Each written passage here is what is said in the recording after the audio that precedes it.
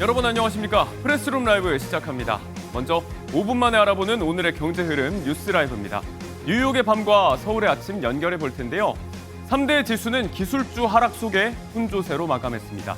다우지수 179포인트 올라 44,502의 장을 마쳤고요. S&P 500도 4포인트 올라서 또 한 번 최고치를 다시 썼지만요. 기술주 중심의 나스닥은 81포인트 내려 2892로 마감했습니다.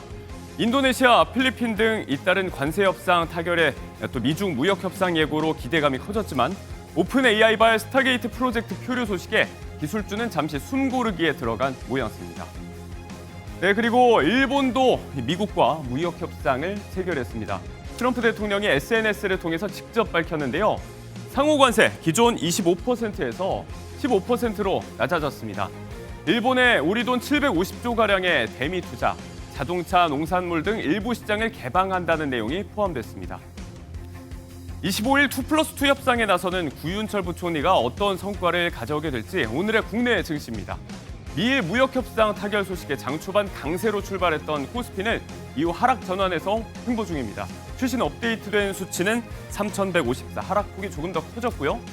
코스닥도 전날보다 2포인트 오른 815로 시작해서 역시 하락 전환했습니다. 최신 기준 804, 조금 더 떨어졌습니다.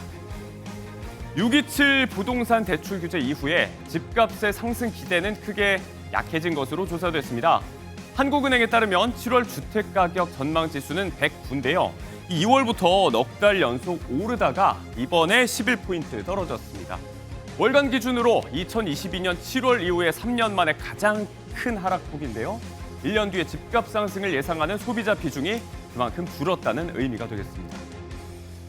김치가 먹기 겁나는 상황이 올 것 같습니다. 오늘 아침 6월 생산자 물가지수가 발표됐는데요. 배추가 한 달 전보다 31%나 뛰었습니다. 돼지고기와 달걀 등도 눈에 띄게 상승했습니다.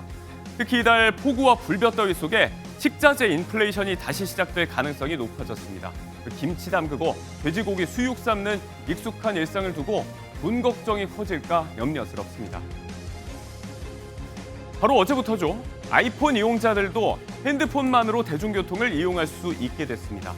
애플 지갑 앱에다가 교통카드 티머니 카드를 추가한 뒤에 아이폰 또는 워치를 버스, 지하철, 승하차 단말기에 대는 식으로 이제 이용이 가능해졌는데요. 설정 잔액 이하로 떨어지면 자동 충전되는 기능도 세계 최초로 적용이 됐습니다. 다만 아직 기후동행 카드나 K패스 등은 사용할 수가 없죠. 서울시가 이 적용을 막지 않겠다고 밝힌 만큼 조만간 적용될 거란 기대감도 이용자들 사이에서 커지고 있습니다. 어제 이어서 마지막은 이 소식입니다. 인천 송도 총격 사건의 피의자인 조 씨, 전처가 대표로 있다고 알려진 피부 미용업체가 사고와 회사는 무관하다고 입장을 냈습니다. 피해자의 유족인 이 당사 임원 또한 이번 사고와 관련된 추가적인 사회적 소란이나 제3의 피해가 발생하지 않기를 간절히 바란다고 했는데요. 피의자와 피해자, 유족을 두고 사실이 아닌 루머도 확산하고 있습니다. 해당 업체 역시 추측성 보도와 의혹이 확대 재생산되지 않도록 억측을 자제해달라고 호소했습니다. 확인되지 않은 이야기를 SNS 등에 퍼나르는 행위, 처벌 대상이 될 수도 있겠죠. 조심해야겠습니다. 이상 오늘의 뉴스라이브였습니다.